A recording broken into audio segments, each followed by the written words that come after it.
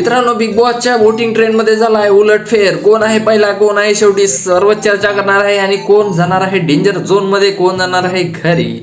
तर मागच्या वेळेस सांगितलं होतं, आताही सांगतो, फॉलो करून घ्या. आणि नमस्कार मित्रांनो, तुम्ही पाहतात मज्जा युट्यूब चॅनल आणि मी आर्यन तुमचं सहर्ष स्वागत करतो. Next morning. तर मित्रांनो, सुरुवातीपासून सुरुवात नाही करून शेवटीपासून सुरुवात करू आणि मग येऊ पहिल्या नंबरवरती. एकूण 8 सदस्य हे नॉमिनेट झालेले आहे आणि यामध्ये 8व्या नंबरवरती आहे ओंकार राऊत. जो पोरगा बॉडी मध्ये एकदम खतरनाक आहे, पण तो गेम मध्ये दिसत नाही जास्त. घरामध्ये कन्व्हर्जन काही होत नाही, काही मुद्दे उचलत नाही. तर कसं होणार बाळा, ओंकार बाळा कसं होणार. मी ते बॉडी बनवूनच चालत नाही, दिमागाने पण खेळावं लागतं. त्यानंतर 7व्या नंबरवरती आहे सोनाली राऊत, जी कोणतंही काम करत नाही, टास्क पण बरोबर करत नाही आणि माझं मत असं तसं बस एवढंच असतं, तिचं काही कंटेंट नसतं. आणि हे पण का आहे बिग बॉस मध्ये मला हे समजत नाही आहे. त्यानंतर 6 नंबरवरती आहे रुचिता जामदार, जी मागच्या वेळेस खूप घाण केली होती, पण यावेळेस थोडंसं चांगलं करत आहे ती आणि चांगला खेळत आहे, पण अग्रेसिव्ह आहे. आणि त्यानंतर 5व्या नंबरवरती आहे प्राजक्ता शुक्रे, जी गेम जो आहे तो एकदम साधा सिंपलच असतो, यांचा काही एवढा खास नसतो. आणि यांचं ते करण सोबत काय कोणत्या भाषेत बोलतात ते मला काही समजत नाही. त्यानंतर 4 नंबरवरती आहे प्रभू शेडके, जो हमेशा लोकांना कंटेंट देण्याचं काम करतो, याच्यावर जास्त रील बनतात. जो प्रभू शेडके आहे त्याला लोक बाकीचे बिग बॉस मधले ते दाबण्याचा प्रयत्न करतात. त्याचा जसा आवाज वाढला तसा सागर कारंडे तिकून बोलतोय, काय बोलतो तू, की याचा मुद्दा पण नव्हता सागर कारंडेचा, तरी ह्या घुसतोच.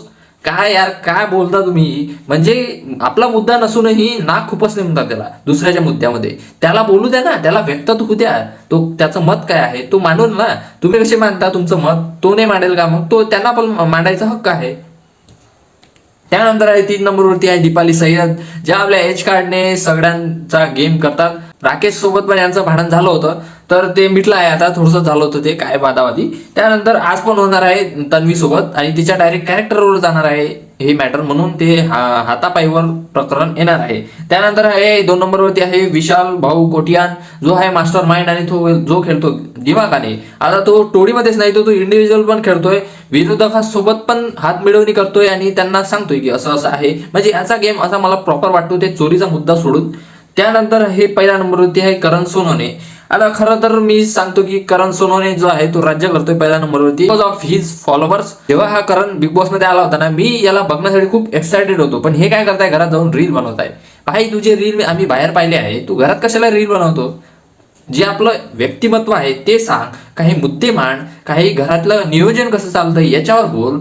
नाही तर तेच काय विश्वासराव, श्यामराव, मामराव, असं काय यार, काय खेळताय तुम्ही. नुसते ते रील आणि झुकझुक गाडी, नुसते लहान लेकरासारखे खेळत आहे. म्हणून हे सीझन नाही एकदम असं बोरिंग वाटायला लागलं आहे. ते टोळी जर नसते ना तर हे सीझन तर चाललं पण नसतं. यांनी एवढं बोर केलं असतं ना की काय विचारूच नका. तर अशी काही ट्रेंडिंग लिस्ट आहे. तर यामध्ये डेंजर झोन मध्ये कोण आहे तर प्राजक्ता शुक्रे, त्यानंतर आहे सोनाली राऊत आणि आपला पोरगा ओंकार राऊत.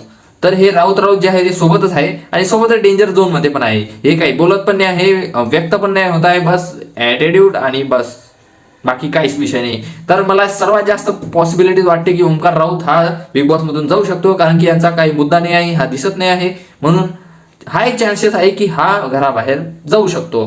तर मित्रांनो, असेच अपडेट पाहण्यासाठी तुम्हाला एकच काम करायचं आहे, आपल्या चॅनलला फॉलो करायचा आहे आणि हा व्हिडिओ आवडला असेल तर एक लाईक पण करून द्या. धन्यवाद. भेटूया नवीन व्हिडिओ सोबत, तोपर्यंत पाहत राहा आणि असं जरा पाय. Take care, Tata.